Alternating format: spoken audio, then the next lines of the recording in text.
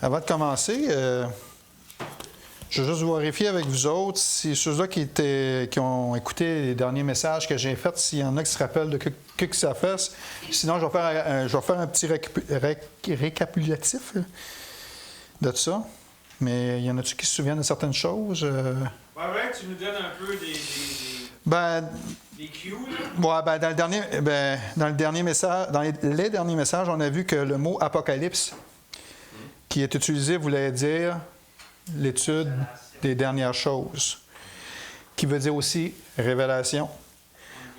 On a vu aussi que ce que c'était une révélation, que c'était un dévoilement, c'était que Dieu enlève le voile aussi dessus notre cœur pour que l'on puisse voir par les yeux de notre cœur ou encore par les yeux de notre entendement.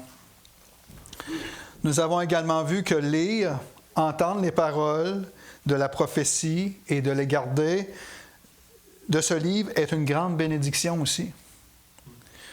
Nous avons vu aussi la Trinité et la magnificence de Dieu.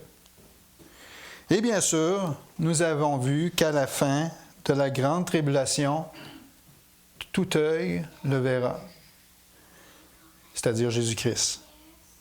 Aujourd'hui, nous allons entrer dans la vision de Jean, qui eut la vision du Fils de l'homme.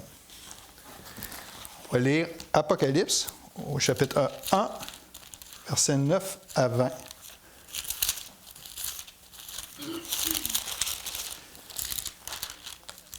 Vous êtes là? Moi, Jean, votre frère, qui ai part avec vous à la tribulation, au royaume et à la persévérance en Jésus. J'étais dans l'île appelée Patmos, à cause de la parole de Dieu et du témoignage de Jésus. Je fus saisi par l'Esprit au jour du Seigneur et j'entendis derrière moi une voix forte, comme le son d'une trompette, qui disait « Ce que tu vois, écris-le dans un livre et envoie-le aux 7 églises, à Éphèse, à Smyrne, à Pergame, à Thyatire, à Sardes, à Philadelphie et à Laodicée. » Je me retournai pour savoir quelle était la voix qui me parlait, et après m'être retourné, je vis 7 chandeliers d'or. Et au milieu de ces 7 chandeliers, quelqu'un qui ressemblait à un fils d'homme, vêtu d'une longue robe et ayant une ceinture d'or sur la poitrine. Sa tête et ses cheveux étaient blancs comme de la laine blanche, comme de la neige. Ses yeux étaient comme une flamme de feu. Ses pieds étaient semblables à de l'airain ardent, comme s'il avait été embrasé par une fournaise. Et sa voix était comme le bruit de grandes eaux. Il avait dans sa main droite 7 étoiles. De sa bouche sortait une épée aiguë à 2 tranchants, et son visage était comme le soleil lorsqu'il brille dans sa force. Quand je le vis, je tombai à ses pieds comme mort. Il posa sur moi sa main droite en disant « Ne crains point. Je suis le premier et le dernier et le vivant.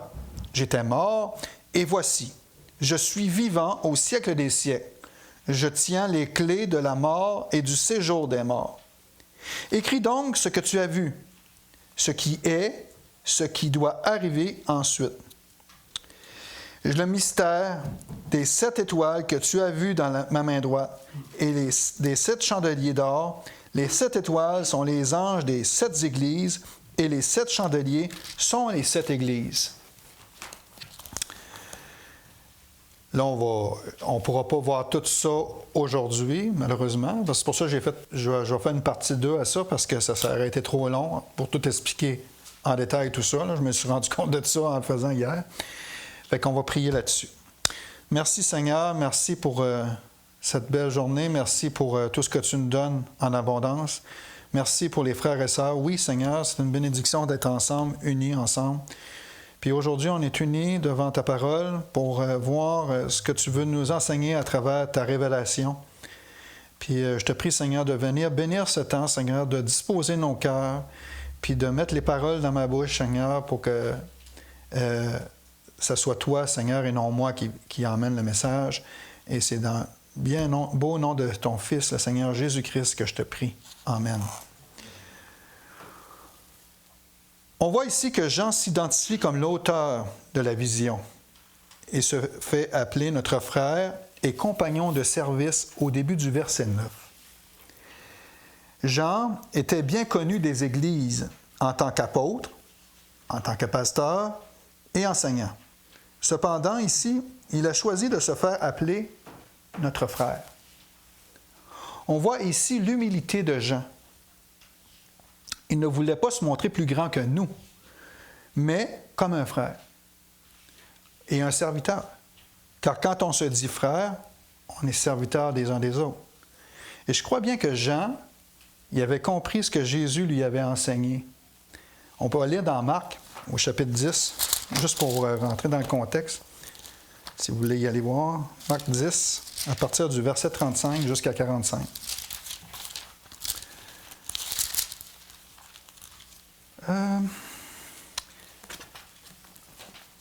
Les fils de Zébédée, Jacques et Jean, s'approchèrent de Jésus et lui dirent « Maître, nous voudrions que tu fasses pour nous ce que nous te demanderons. » Il leur dit « Que voulez-vous que je fasse pour vous? Accorde-nous, lui dirent-ils, d'être assis l'un à ta droite et l'autre à ta gauche, quand tu seras dans ta gloire. » Jésus leur répondit « Vous ne savez ce que vous me demandez. Pouvez-vous boire la coupe que je dois boire, ou être baptisé du baptême dont je dois être baptisé? » Nous le pouvons, dirent-ils. Et Jésus leur répondit, « Il est vrai que vous boirez la coupe que je dois boire et que vous serez baptisés du baptême dont je dois être baptisé. Mais pour ce qui est d'être assis à ma droite ou à ma gauche, cela ne dépend pas de moi. Il ne sera donné qu'à ceux à qui cela est réservé. Les 10, ayant entendu cela, commencèrent à s'indigner contre Jacques et Jean. Jésus les appela et leur dit, « Vous savez que ceux qu'on regarde comme les chefs des nations les tyrannisent et que les grands les dominent, il n'en est pas ainsi il n'en est pas de même au milieu de vous. Mais quiconque veut être grand parmi vous, qu'il soit votre serviteur. Et quiconque veut être le premier parmi vous, qu'il soit l'esclave de tous. Car le Fils de l'homme est venu non pour être servi, mais pour servir et donner sa vie comme la rançon de beaucoup. » Remarquez bien ce que Jésus dit ici, que quiconque veut être grand parmi vous, ou le premier, qu'il soit esclave de tous. Et Jésus-Christ dit de lui-même qu'il est venu pour servir et même donner sa vie comme la rançon de beaucoup. Déjà là, c'est un exemple qui nous dit là. Tu sais, il n'est pas venu pour tyranniser les gens puis les dominer. Là. Il est vraiment venu pour servir. Ici, dans le verset 9 d'Apocalypse, juste de la manière que Jean se dit frère, montre qu'il ne se fait pas supérieur à nous, mais notre égal. Un autre endroit dans la Bible où que Jésus en parle est dans Jean 13, quand Jésus a lavé les pieds des disciples, pour montrer que l'on ne doit pas être des despotes les uns envers les autres, mais que même si quelqu'un est appelé comme pasteur, docteur, évangéliste, enseignant, n'est pas plus grand que les gens dans l'Église, car nous avons tous des dons que Dieu nous a donnés. Les dons que Dieu nous a donnés, c'est des dons qu'il a donnés à chacun d'entre nous. On a tous des dons. Puis on doit s'en servir pour l'œuvre de Dieu, mais c'est pas nous encore là. Ça ne vient pas de nous, c'est pas nous. C'est Dieu qui agit encore en nous de ce côté-là. C'est pour ça qu'on est tous égaux les uns aux autres. Puis on forme tout un même corps. C'est comme je disais, et en plus, c'est un don qui vient d'en haut du Père, de Jésus-Christ, du Saint-Esprit, autrement dit, de Dieu lui-même. Donc, on n'a aucun mérite à se donner, car personne dans cette assemblée n'est plus grand qu'un autre. C'est ce que Jean veut nous dire ici en se déclarant notre frère. C'est vraiment profond. Car nous avons tous un statut égal devant Dieu, on est tous membres les uns des autres, peu importe notre éducation sur la terre ou peu importe ce que l'on fait dans la vie, n'a aucune importance. Nous sommes frères et sœurs en Christ. Jean était aussi notre compagnon dans les épreuves, parce que Jean a subi de nombreuses épreuves. Jean a même été ébouillanté dans l'huile bouillante par l'empereur romain de son époque qui voulait le mettre à mort. Mais Dieu n'a pas permis ça. et qu'il fut sorti de Patmos, il est retourné à Éphèse, où il a continué de prêcher et à écrire. Il a été un leader important dans l'Église primitive.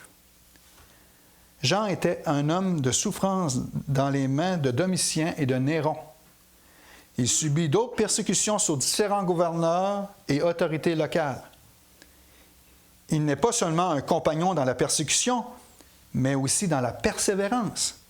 Il dit, « Moi, Jean, votre frère, qui est part avec vous à la tribulation, au royaume et à la persévérance en Jésus. » Alors, ici, Jean fait référence au mot « persévérance ».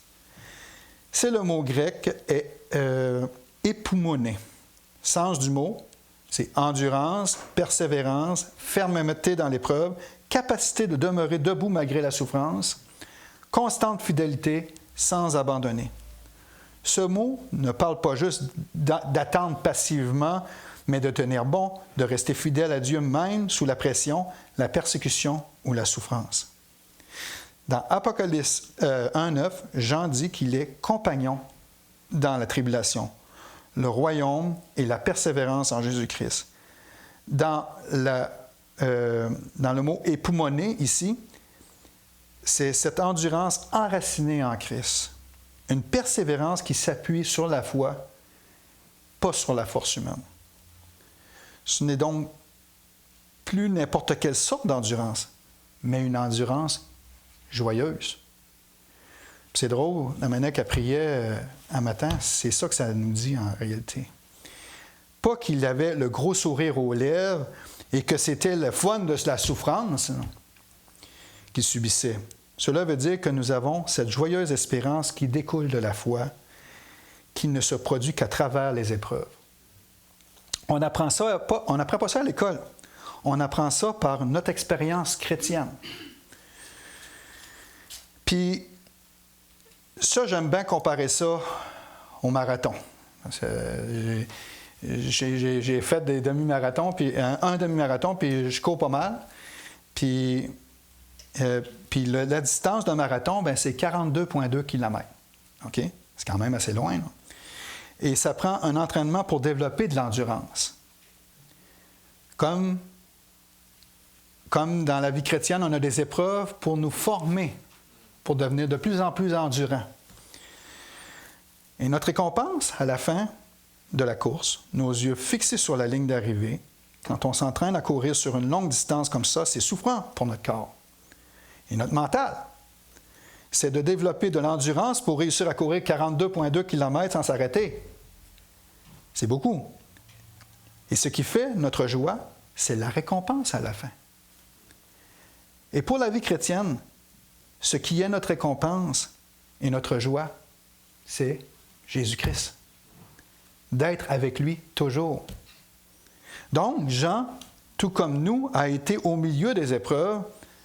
Par exemple, lorsqu'il a été exilé à Patmos. Attends un petit peu. Jean, tout comme nous, a été au milieu des épreuves. Par exemple, lorsqu'il a été à Patmos, il a été exilé à cause de la parole de Dieu, comme il est dit au verset 9. J'étais dans l'île appelée Patmos à cause de la parole de Dieu et du témoignage de Jésus-Christ. Celui qui l'a emmené là était l'empereur Domitien, qui a été le premier à mettre en œuvre le culte de César en tant que divinité. Jean a été emprisonné parce qu'il ne voulait pas rendre un culte à César. Et Domitien, tous les Romains, sous Domitien, devaient une fois par année brûler de l'encens à son idole et de confesser que César est Seigneur. Jean n'avait aucune intention de le faire. C'est pourquoi il a continué de témoigner de Jésus-Christ en tant que Seigneur et de proclamer sa parole. C'est pour cette raison qu'il a été emprisonné sur l'île de Patmos, en Grèce. Ainsi, la tradition de l'Église nous dit que Domitien a essayé de le tuer en le faisant bouillir dans l'huile. Pouvez-vous imaginer le tourment et la souffrance qu'il a dû supporter? Mais malheureusement, pour Domitien, ça n'a pas fonctionné. Jean est resté en vie parce que Dieu avait un but avec Jean. Il lui a donné la vision d'écrire le livre de l'Apocalypse qu'on a encore dans nos mains aujourd'hui. Jean était notre compagnon dans la souffrance pour Jésus. Vous savez, il y a des chrétiens dans le monde qui souffrent pour la parole. C'est sûr qu'ici, la souffrance là, n'est pas la même qu'au Moyen-Orient ou en Chine. Il y en a beaucoup qui souffrent dans ces coins-là, puis en Inde aussi, qui souffrent beaucoup pour la parole de Dieu. On doit prier pour eux, comme qui est écrit dans Hébreux. Posons-nous la question, pourquoi ces rois, ces dictateurs, ces despotes à travers l'histoire ont essayé de faire taire le peuple de Dieu?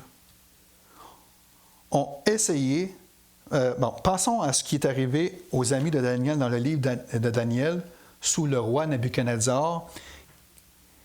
Il s'avait fait une grande statue et il voulait que tout le monde l'adore, et les amis de Daniel ont été mis dans la fournaise ardente à cause de ça, parce qu'ils n'ont pas adoré sa statue. Même chose pour Daniel dans la fosse aux lions.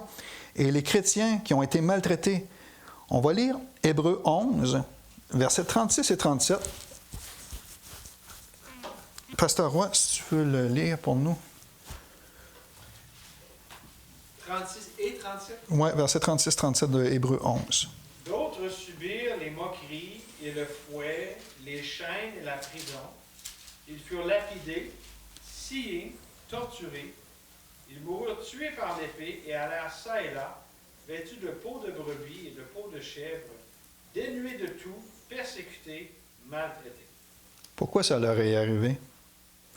Non parce qu'ils représentaient une menace militaire ou qu'il était un peuple rebelle, mais plutôt ils ont reconnu que les seules personnes qu'ils ne pouvaient pas contrôler, ce sont celles qui donnent à Dieu la première place dans leur cœur et dans leur esprit.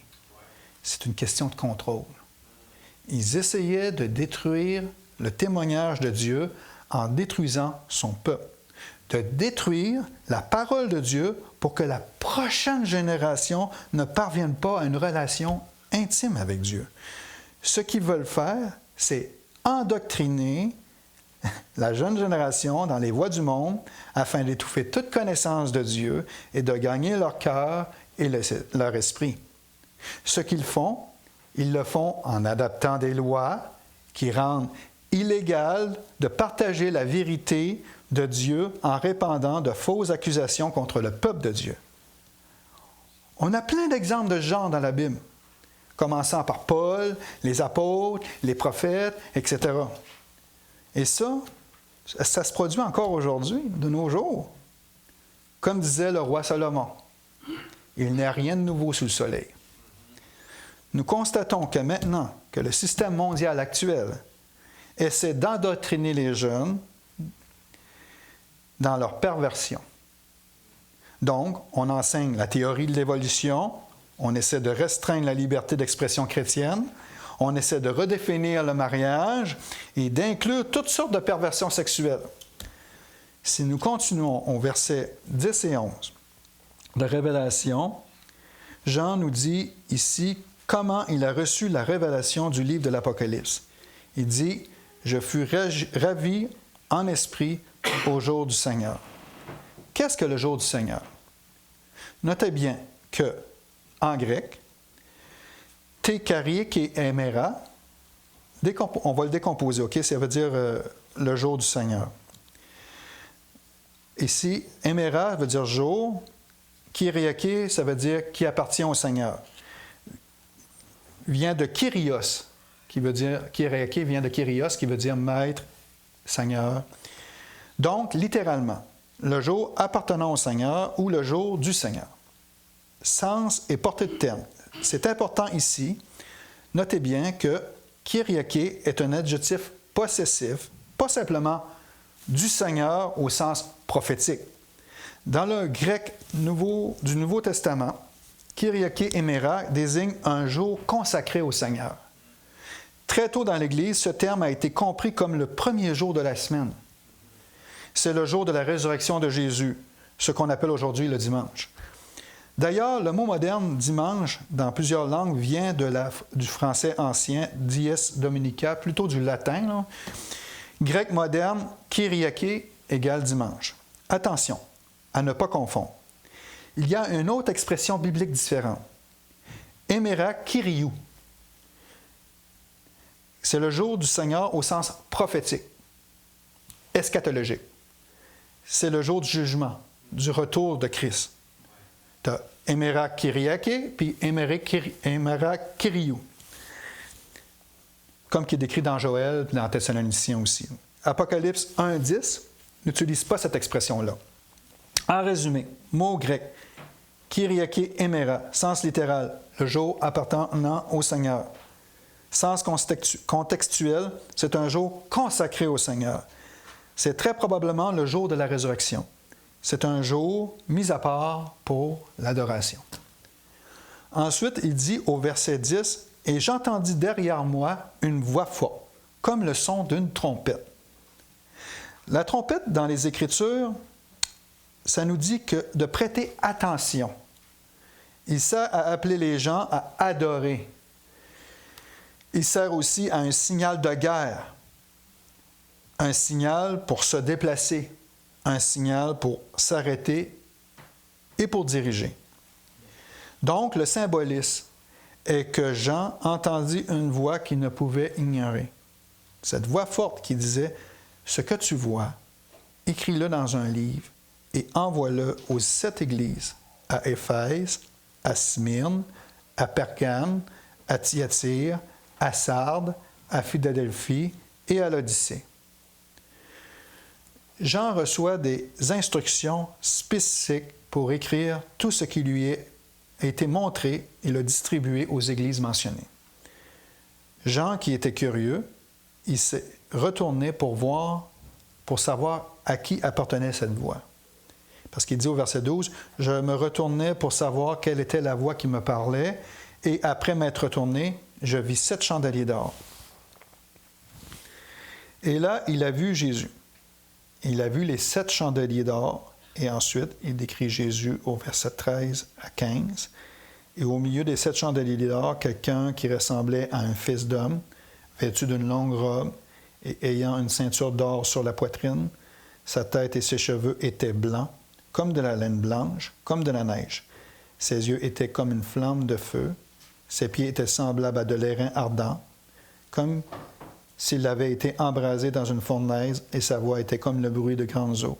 Il avait dans sa main droite 7 étoiles, de sa bouche sortait une épée aiguë à 2 tranchants, et son visage était comme le soleil lorsqu'il brille dans sa force. Notez bien ceci. C'est la seule description de Jésus qui nous est décrite dans le Nouveau Testament.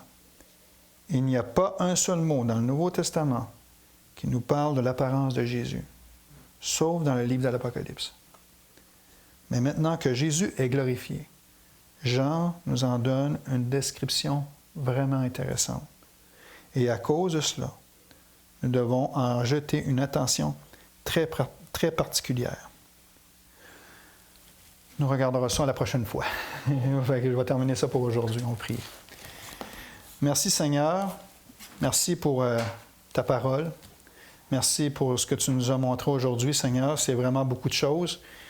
Mais merci Seigneur de nous montrer qu'on doit vraiment s'aimer les uns les autres, qu'on doit vraiment se servir les uns les autres, Seigneur. Puis c'est ce que tu nous as enseigné aujourd'hui par ton envoyé Jean, qui nous a emmené, qui nous a écrit ce livre de l'Apocalypse, qui s'est décrit comme un frère, puis qu'il était vraiment égal à nous, puis que nous, on doit vraiment se regarder égal les uns aux autres, Seigneur, d'être unis parfaitement dans un même esprit, dans un même sentiment, plein d'amour fraternel les uns envers les autres. Se revêtir de l'amour de Christ.